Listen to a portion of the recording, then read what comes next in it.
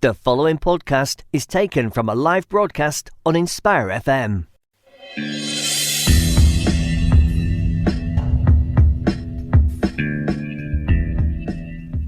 Assalamu alaikum and welcome to the book club show on Inspire 105.1 FM. My name is Imrana Mahmood, and on today's show I'm going to be sharing some book recommendations. So it's always really wonderful to be introduced to new books, even though I must say my to-be read pile is already pretty big, but it brings me a lot of joy buying more books and obviously reading them, or making the intention to read them at least.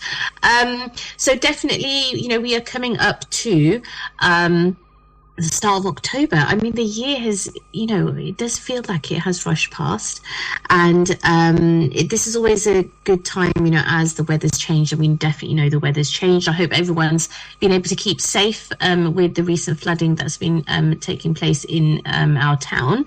So obviously, please do drive safely. Avoid driving through kind of any large body of water, and I hope that it does settle down in a few days' time. But as the weather is changing and it is unfortunately going to start getting a little bit colder, it does mean it's the perfect season to sit down with the heating on, potentially, with a good book. So I thought this would be a really good opportunity to share some of the books that I've either recently read or am hoping to read soon. But before we move on to that, I wanted to take the opportunity to talk a little bit about the event that I organised last week, which was celebrating the 10th anniversary of Dar Amina Book Club. I have to say, even though, of course, there'll probably be a little bit of bias, it was a really, really wonderful event, alhamdulillah. So for those of you who maybe had missed it, or maybe for any reason completely didn't know it was going on, we had 4 wonderful guests join us in Luton at the Hat Factory.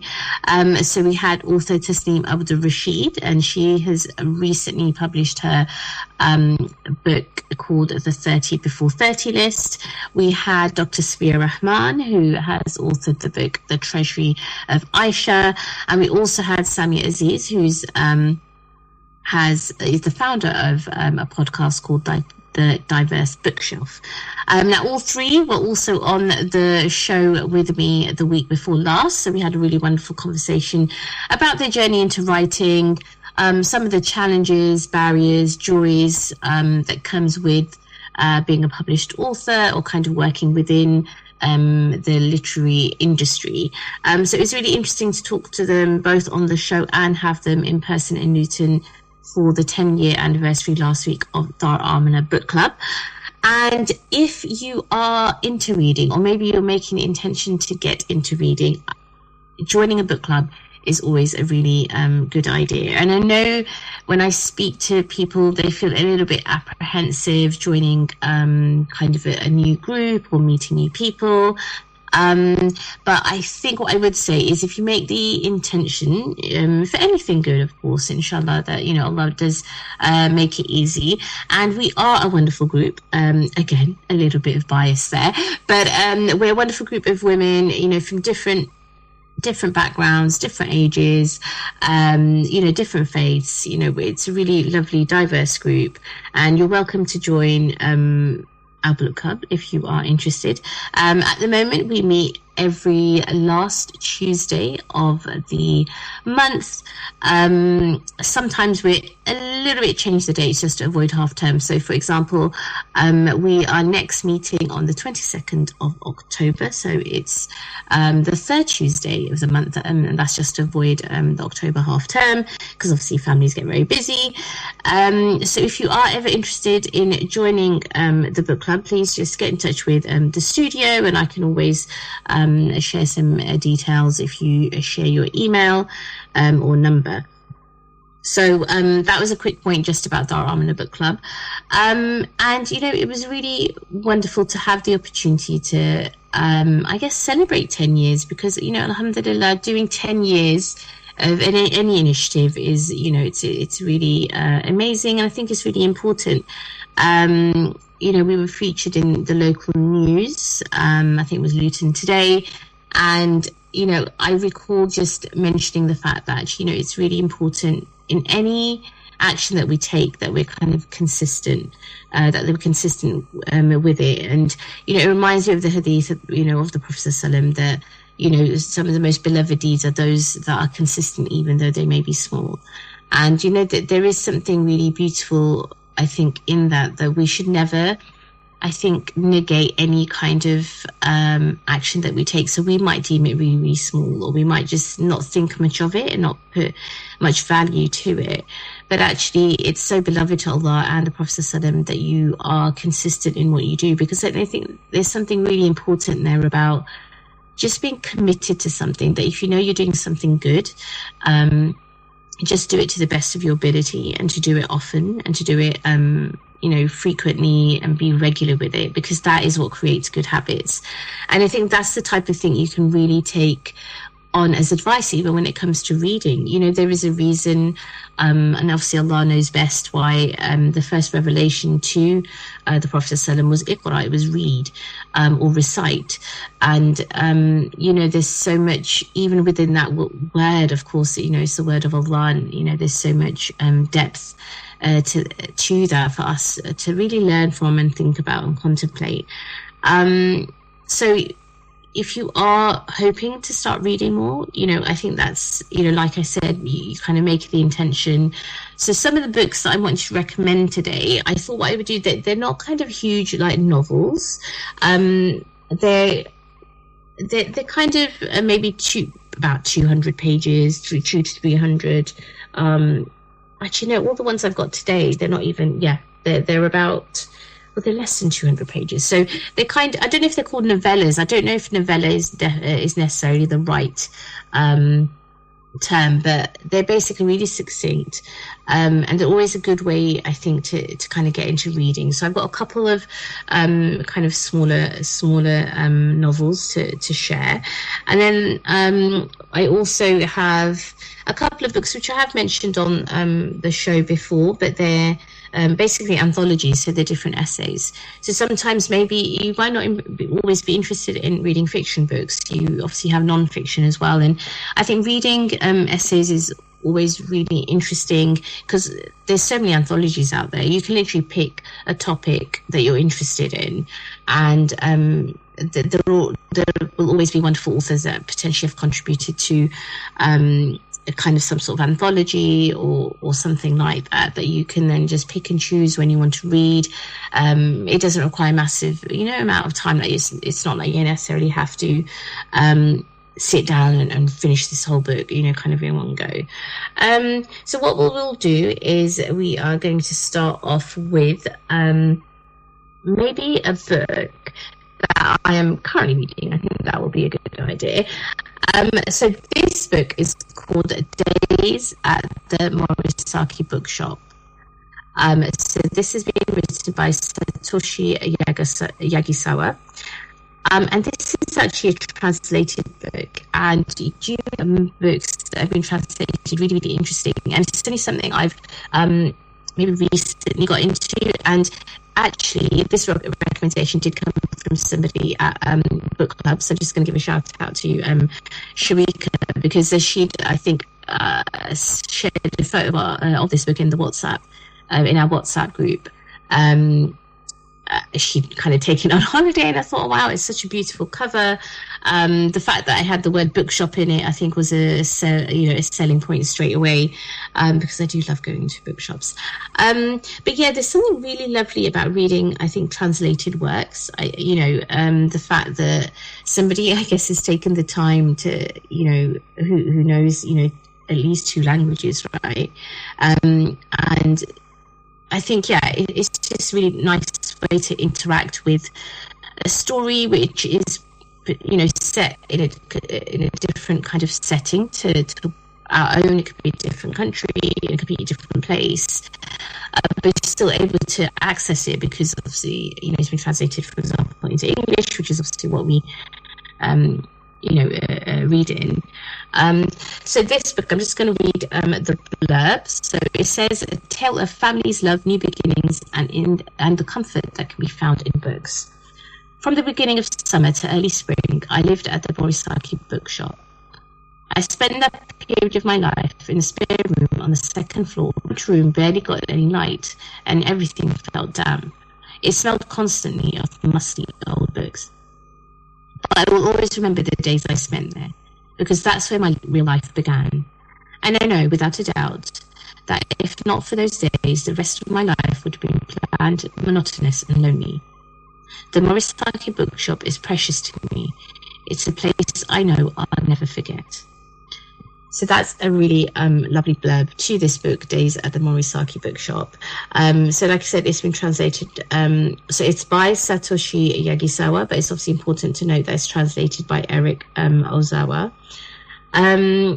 So, you know, I'm about halfway through this book, and it's definitely something I'm enjoying, primarily because obviously it is definitely about, the main protagonist who is spending a lot of time helping out her uncle in his bookshop. And it's the way, I guess, she's initially really reluctant. So she's, gone through a certain, she's in a certain situation, and then she's having to, she's invited to live with her uncle, who obviously owns this bookshop, and then she starts helping around. And it's really lovely kind of to see, I guess, her journey with books, where she's not really that invested in this bookshop, and she's kind of just there because she needs to help her out. But then over time, she's meeting people and customers who are coming into the shop. She's then becoming interested in the books that are kind of, surrounding her, and decides to pick up a book and start reading it. And it's really lovely. It's almost about reading about a book within a book. So you're reading obviously this story, but you're also then reading other stories that she's also talking about within the book itself. So it's a really, like it says even in the blurb, it really is talking a lot about kind of family relationships. Definitely about the comfort that can be found in books, because I always find it really interesting. I think no matter how you might be feeling in terms of certain emotions or situations you're in, you can definitely pick up a book and resonate with something that you read. So it could be a particular quote, it could be a particular character, and suddenly you have some time where, even though you're the one reading, it's like you're actually sharing something with somebody, and it could be with the author or the character or the situation that you're reading about. And I think that's what we say when we say that books, they really are designed to create empathy.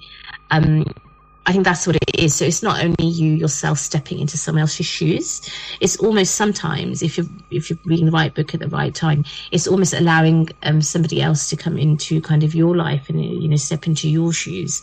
And there's so much kind of sharing going on, even obviously not in a tangible way though.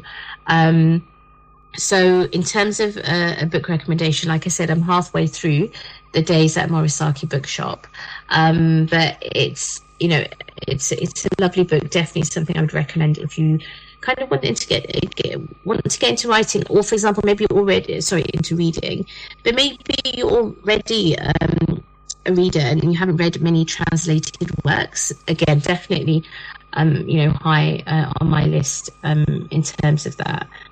And for example, there's a really lovely translator's note at the end, and who is Eric Ozawa, and he says that any reader who goes looking for all the books mentioned in these pages might not find everything, but that's to be expected, especially in little second-hand places like the Morisaki Bookshop. As far as I know, Until the Death of a Girl, the book by Seisei Muro that sparks Takako's passion for reading in Chapter 4, has not been translated into English yet. But the book that played the same role for her friend Tomo, Osama Desai's schoolgirl, is available in a recent translation by Ellison Markin Powell.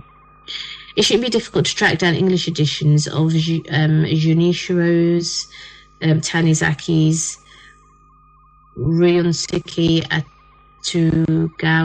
Akutagawa's, and Sosuke Natsume's well-known books, particularly Kokoro, one of the most loved novels in Japanese literature.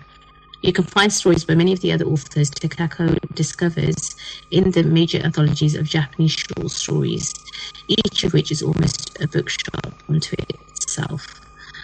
And you know what? Just on the point of just reading that bit out, the fact that I was struggling to read the names of these authors, I mean, that is definitely, I mean, maybe not our intention when we're reading translated works or any book which is not kind of set, for example, in the UK.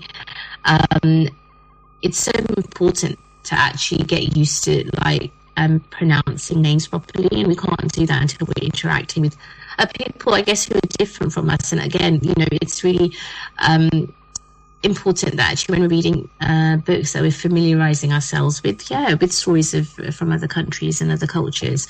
And you know, it's always really important to be able to, I think, just interact with different types of books, not necessarily the ones that we are kind of used to, you know. And that's another really important thing, I guess. You know, I mentioned book club at the beginning, the fact that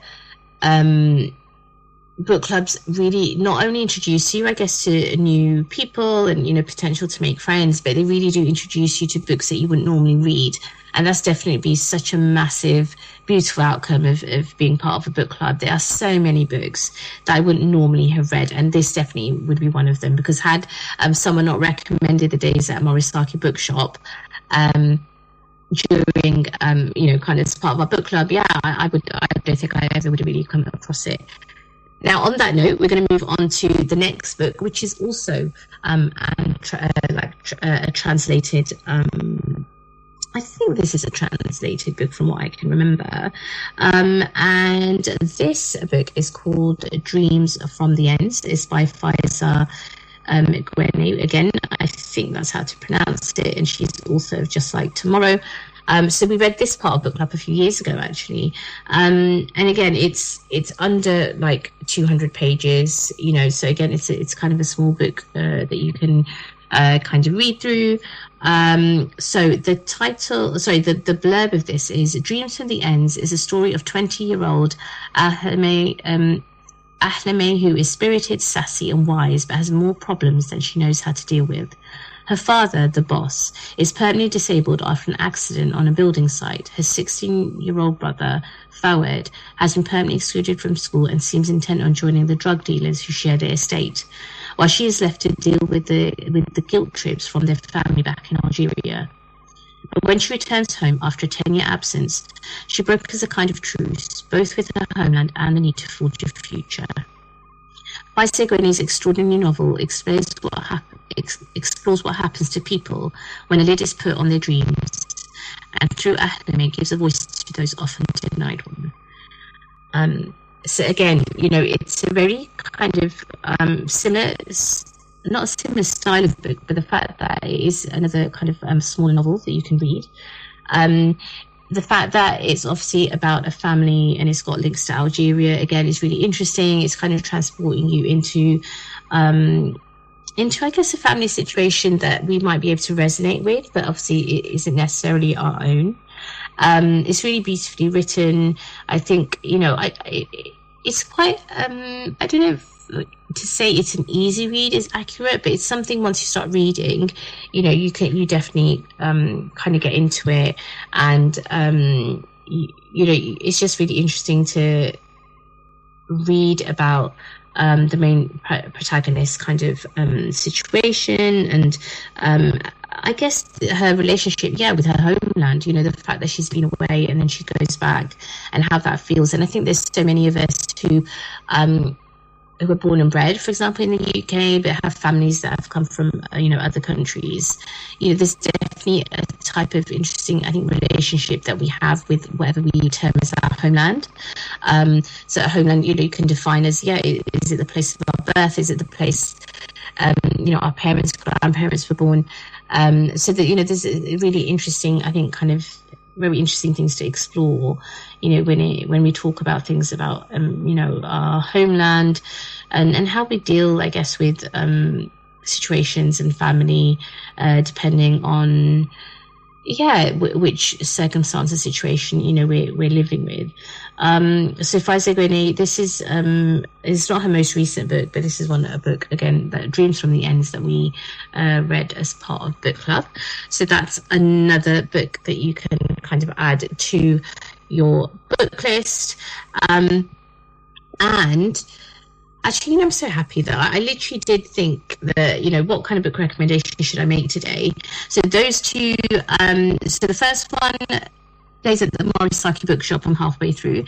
Dreams of the Ends, or From the Ends, is something that I've already read. And then I'm just going to share, I've got a few more to share. So just before we go to the breaks, we've got a few minutes, I'm going to just introduce a book that I haven't yet read. I bought it on sale, and sometimes you get the bookstores go on half price books, and I have to really fight temptation to buy too many because I am running out of space on my bookshelf. However, like I said, it's always really lovely to kind of read a book.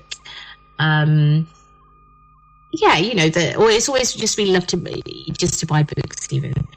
But obviously you do need to make the intention to read them. So this next book I'm going to talk about is called The Cat Who Saved Books. This is by Susuke Natsukawa. So this is not a book that I've read yet. So the back of this book, it says, Grandpa used to say it all the time, books have tremendous power. But what is that power really? So that's a really kind of profound, I think, question at the back. So there's a little note inside which says, Natsuki Books was a tiny second-hand bookshop on the edge of town. Inside, towering shelves reached the ceiling, everyone crammed full of wonderful books. Rintaro Natsuki loved this space that his grandfather had created. He spent many happy hours there, reading wherever he liked. It was a perfect refuge for a boy who tended to be something of a recluse. After the death of his grandfather, Rintaro is devastated and alone.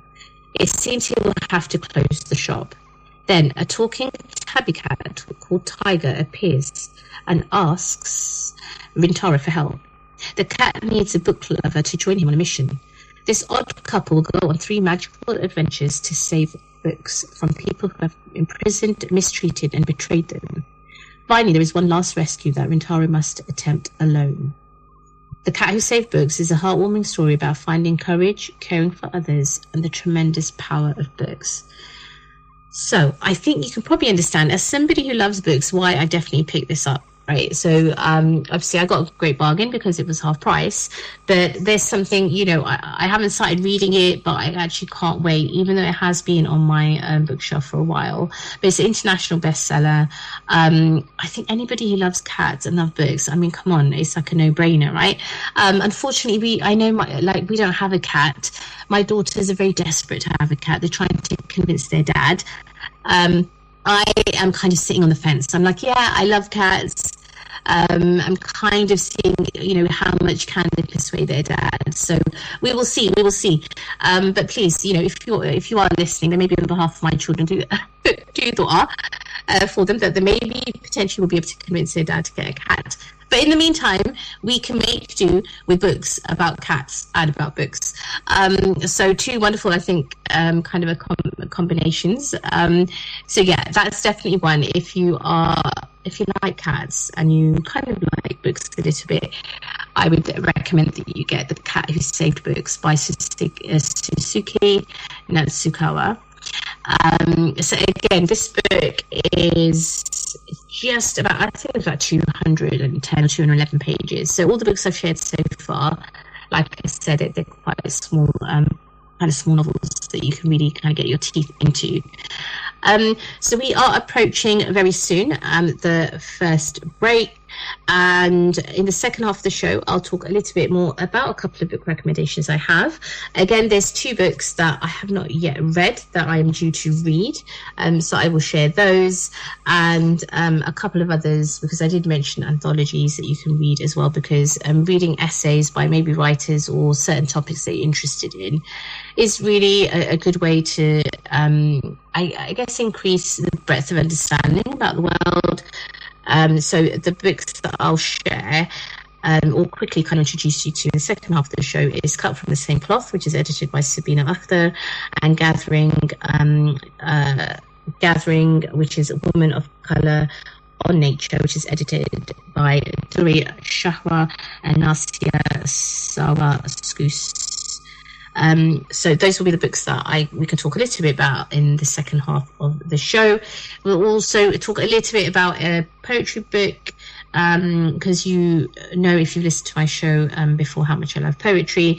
And poetry is a really beautiful, different way of interacting with writing.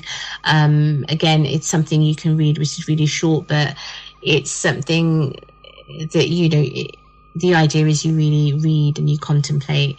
And then maybe even, you know, inspire, you know, your own writing, which I think is always really wonderful. It's really great to be able to explore your own writing, whether it's journaling or, writing poetry. Anyway, so we are headed to a break now. So grab yourselves maybe a cup of tea and a couple of biscuits, and we will be back shortly. Assalamu alaikum. Assalamu alaikum, this is Atif Nawaz. Listen to Inspire FM shows in your time by heading over to inspirefm.org or listen on Apple Podcasts or Spotify.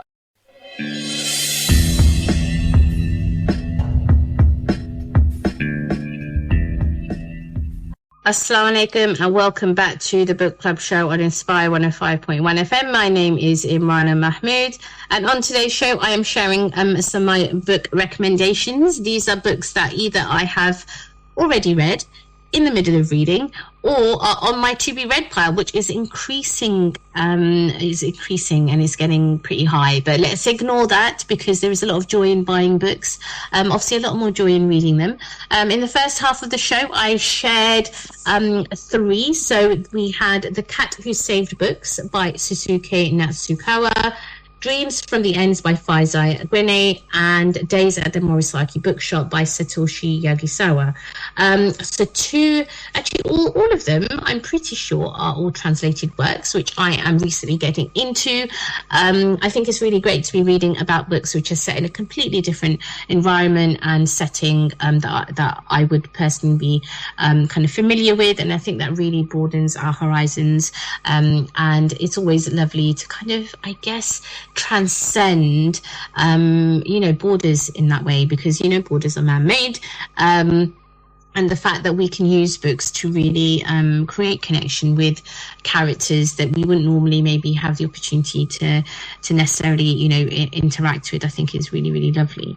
Now in the second half of the show today, I'm going to talk about another 4 books, I would say, and so we've got, actually, how many of them? 2 of them are ones that I have read already, and 2 that I am still planning to read. So I'm trying to mix it up today a little bit. So what I will do, though, is I will start off with the anthologies that I have. So like I said, if you find that you don't have much time to read, maybe you're working, or you're a parent or carer and really busy with the children, sometimes it can just be that, I've only got maybe about 10 minutes and you want to have some me time, and you just want to have a bit of time to just kind of relax and think about something else other than, your immediate things that are in your immediate vicinity. So I have 2 non-fiction books, and they are both anthologies. So they are things or essays kind of written by different writers, and they've contributed to these 2 books.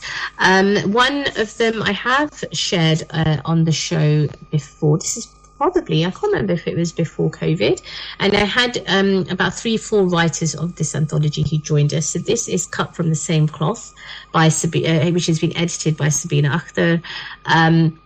So this anthology is about Muslim women on life in Britain. So I had the pleasure of having Sabina Akhtar and about 3 other writers. I interviewed them on the book club show.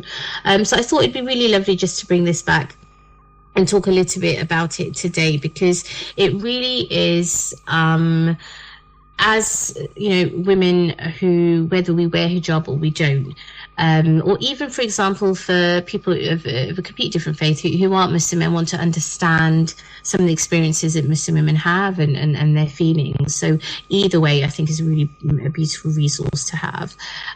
So what I'll do is I'll read a little bit of the blurb at the back. And, you know, the blurb itself, it starts off with these kind of set of questions, which some of us who wear hijab will kind of definitely probably have been asked some of these questions at some point in our lives. Do you wear that at home? Where are you really from? Does he make you wear that? Do you believe in British values? Can I see your hair? Can you be a feminist? Why don't you just take it off? Are you hot in that? Do you wear that in the shower? Are you oppressed? From modern pop culture to anti-blackness, faith and family, politics, education, creativity and working life, this anthology gives visibly Muslim women a space to speak. Then it says, spoiler alert, we won't be answering the usual questions. Perceived as a visual representation of Islam, hijab-wearing Muslim women are nevertheless rarely afforded a platform on their own terms. Harangued by awkward questions, radical commentators sensationalizing our existence, non-Muslims and non-hijabis making assumptions, men speaking on our behalf, or stereotypical norms being perpetuated by the same old faces, hijabis are tired. Cut from the same cloth seeks to tip the balance back in our favor. Here, 21 women of all ages and races look beyond the tired tropes, exploring the breadth of our experience and spirituality. It's time we, as a society, stop with the hijab-splaining and make space for the women who know. So you have essays by Negla Abdullah, Zahra Adams, Fatima Ahdash, Sabina Akhtar, Maryam Ansar, Shaista Aziz, Suma Deen, Hadija Al-Shayal, Ruqayya Harris, Fatah Hassan, Raisa Hassan, Sumaya Qasim, Romana Lasker Dawood, Sohaima Munzul Khan, Asha Mohammed, Sophia Rahman, Yvonne Ridley, Aisha Rumi, Khadija Ratimi, Sophie Williams, Khudan Yusuf. So what a spectacular list of names. So you've got these wonderful writers who have written essays for this book, cut from the same cloth, which has been edited by Sabina Akhtar. And do you know what? It was such a joy to read this. I think absolutely they hit the nail on the head. As hijabi Muslim women, we do have to handle a lot of questions, and these come both from within the community and outside, which tend to be very loaded. They tend to be sometimes quite judgmental, you know, and that can vary from how people feel we should be wearing hijab, or how, you know, we should be acting in a certain way, or the fact that, you know, there's so much you know, and I think it's in the book, we're not always afforded, you know, kind of compassion, I think, from people. I think there's this idea that Muslim women who wear hijab, we are the be-all and end-all of Islam in terms of how Islam is represented. And I don't think Muslim men are necessarily treated in the same way. I think those of us, for example, in the UK context, you know, women who, if they're not obviously wearing hijab, I think they get judged for not wearing it. But the women who are wearing hijab, you know, they get judged not only by Muslim men, but sometimes by Muslim women who don't wear hijab as well. Or to be honest, it's sometimes really sad to see that even Muslim women, all who wear hijab, then start policing how other women are wearing or not wearing hijab, how they think they should be. And it does become very, I think, quite unhelpful. I think when all of us are out here trying to be the best Muslims, inshallah, that we can be. And, you know, everything, you know, we are on a journey back to Allah subhanahu wa ta'ala. You know, if we are making attention that, you know, we want to wear hijab, of course, you know, there's a certain way of seeing Islam to do things, which I think, you know, strictly speaking, we are all aware of. But, I think for those of us who are living in a country like the UK, where Islamophobia is on the increase, where we, as because of social media, I think young girls are being pushed this whole narrative of what a Eurocentric beauty ideal is, and how, body image, and there's so many messages that not only girls but young boys are getting in terms of what women should be and how they should look. So I think we should afford a little bit more compassion to Muslim women. Personally, I think that we are also flawed, just like any other human being. And I think what this book, Cut from the Same Cloth, does is it really does give you an idea of some of the insight into how Muslim women are kind of coping, with their own lived experience, their daily realities of being hijabi Muslim women. So you have a whole array, of essays. So just to give you an example of some of the kind of titles of the book, for example, an essay written by Rogeya Harris is called The Quest for Modesty in the Digital Age. You have one by Suhaima Manzoor Khan, which is I'm Not an Answer, I Am the Question.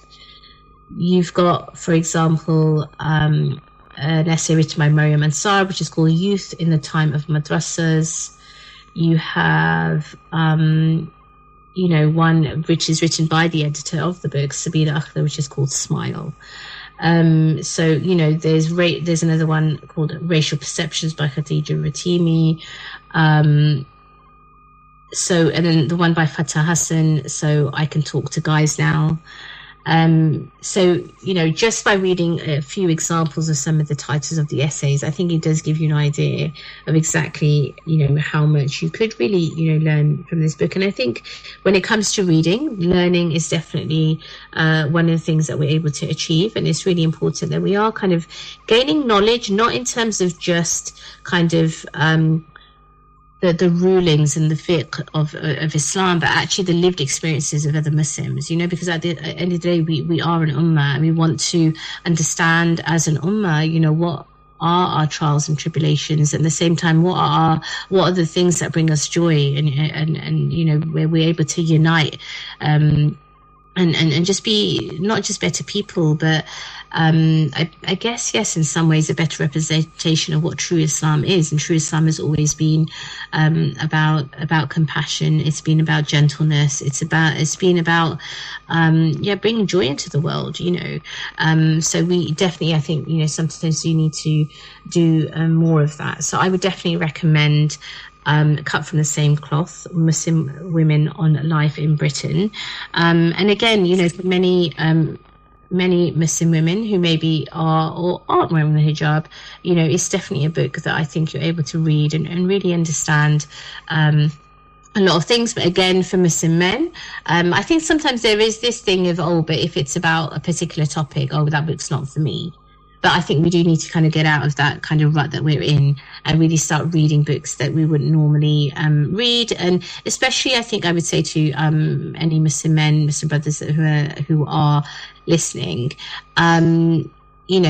definitely if you might be reading particular books, but, these are the type of books, especially, you're regardless really of any relationship, whether you're married or you have daughters or, the point is that you, I guess as Muslim men, have a responsibility, Muslim women. The fact that the Prophet ﷺ, even in his final sermon, he mentioned about women's rights. And it's not just the rights of women who are related to you. I think we all have a certain degree of accountability in front of Allah when it comes to, Muslim women of your ummah, because we are, especially I think those of us who are hijabi, you're undergoing a lot of dehumanization. We are experiencing, like I mentioned earlier, a lot of Islamophobia, and that protection, of course, that protection should, in the first instance, come from, maybe our fathers and brothers and our husbands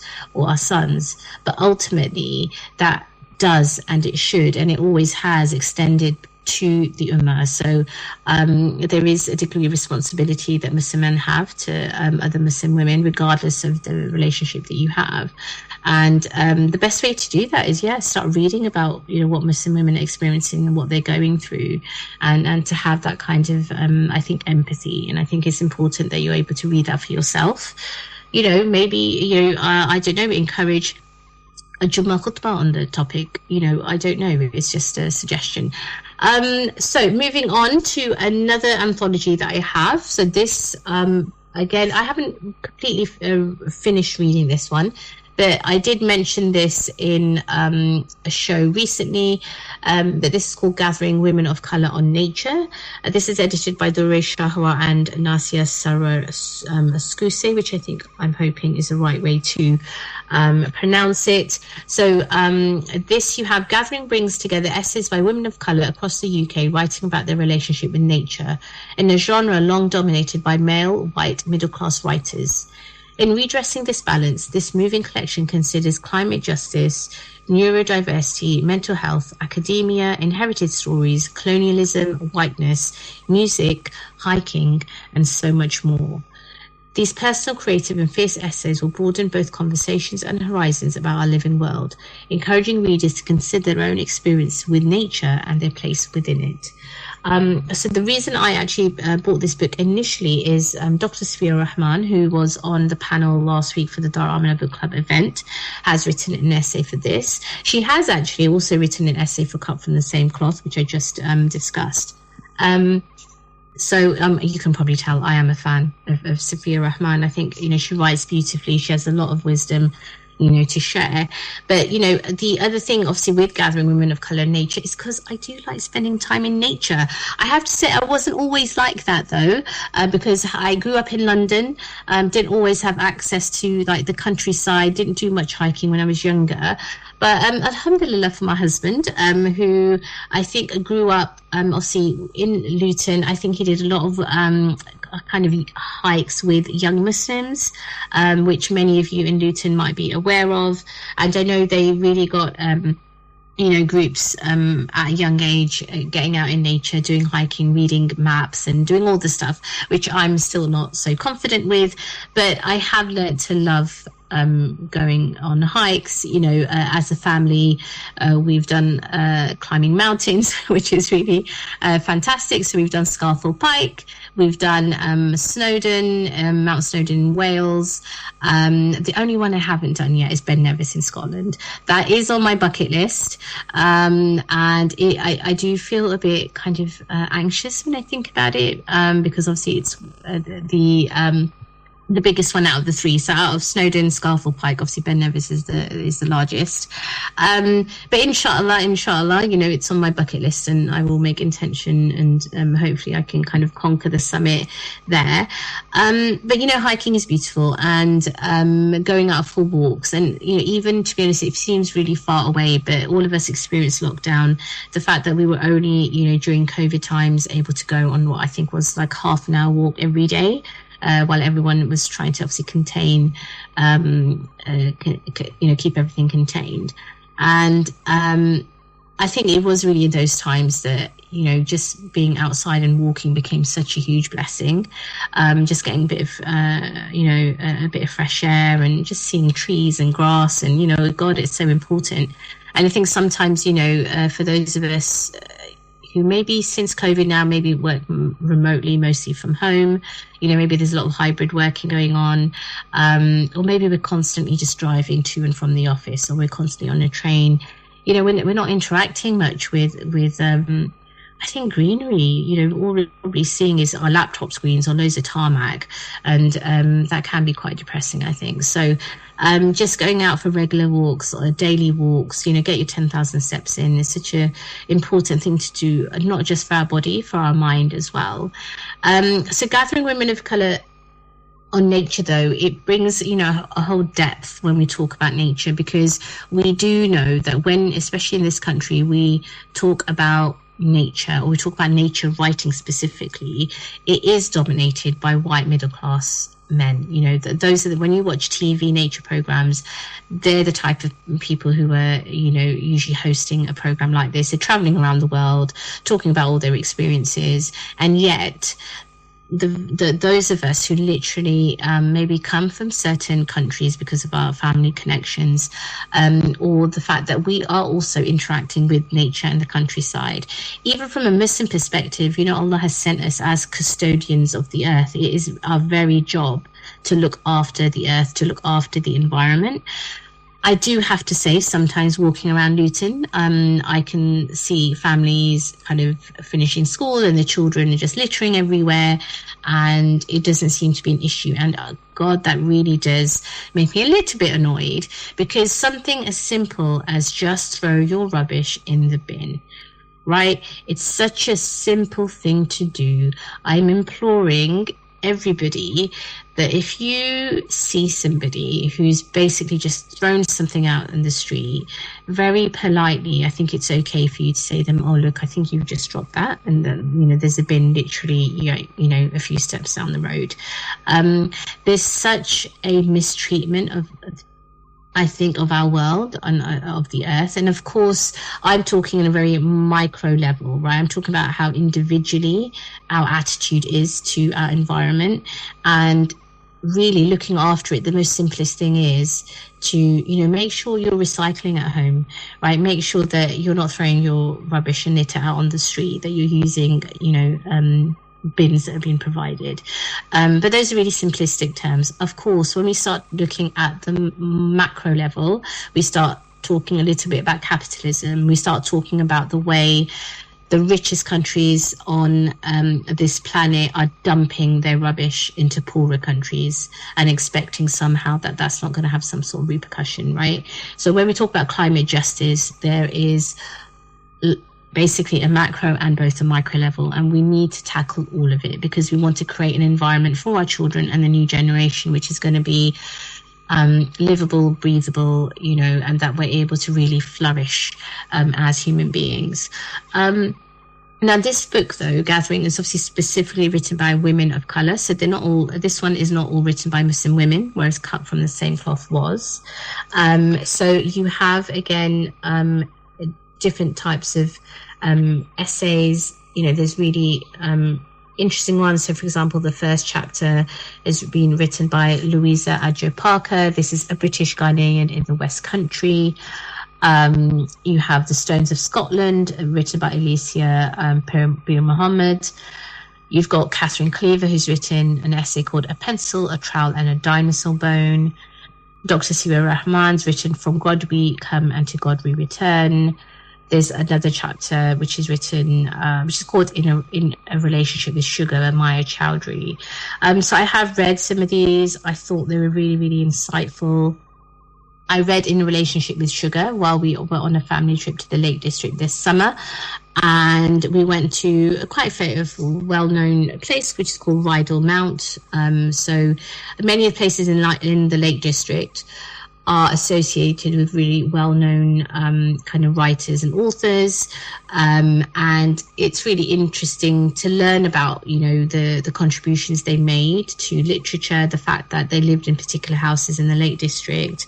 I think the privilege that came with living in these areas, being able to just, you know, sit in a random person's house that you've been invited to and just write about whatever you like. I mean, how wonderful is that? But this particular essay, for example, In Relationship with Sugar, it obviously talks about colonialism and the way that British traded, you know, with countries. And obviously it's not always acknowledged, but, you know, Britain, they traded in drugs, right? I mean, you know, when we talk about opium, that was a big deal. But the way I think British history lessons kind of gloss over the trade, or things that they trade when it came to India and China, etc. But ultimately, you know, sugar being such a massive commodity, and actually, you know, what did that mean? And when it came to the slave trade, you know, the fact that Britain had a massive I guess hand in the slave trade, right? They were literally driving the slave trade to their own ends and for their own means.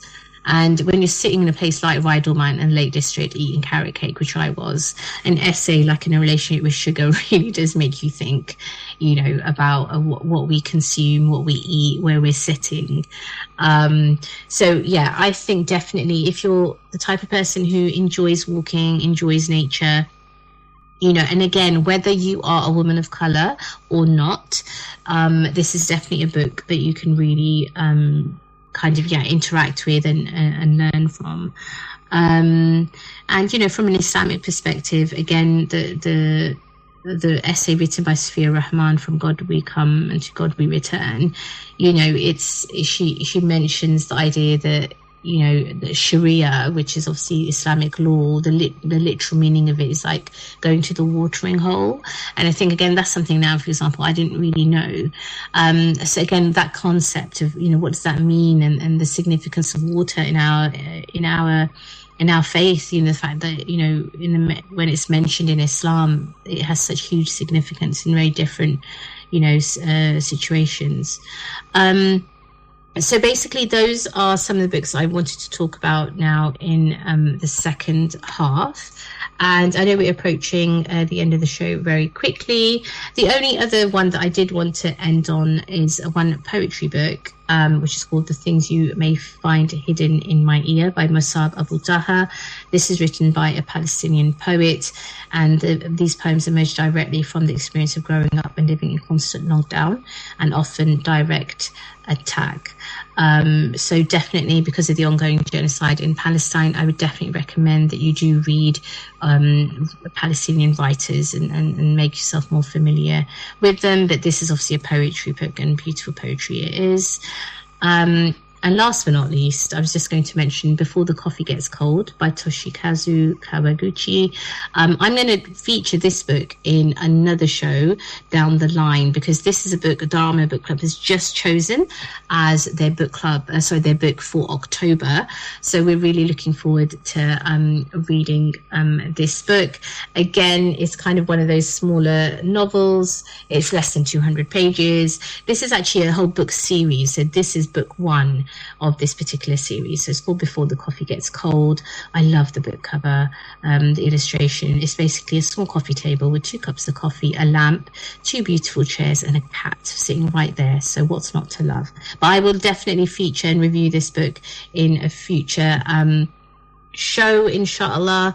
And in the meantime, I hope that you have a wonderful book. I hope I've managed to introduce some new books to you on the show, that you're able to add things to your book list. And I would always love to hear from you if you have book recommendations for me, or if there is a book that I recommended that you've decided to read. Let me know. Did you love it? Did you hate it? I'm always interested to know people's relationships and their their reading habits and what's going on. So please do feel free to get in touch. Thank you for listening to our podcast. Why not tune in to our live stream at inspirefm.org and follow and subscribe to our social media platforms at InspireFM Luton.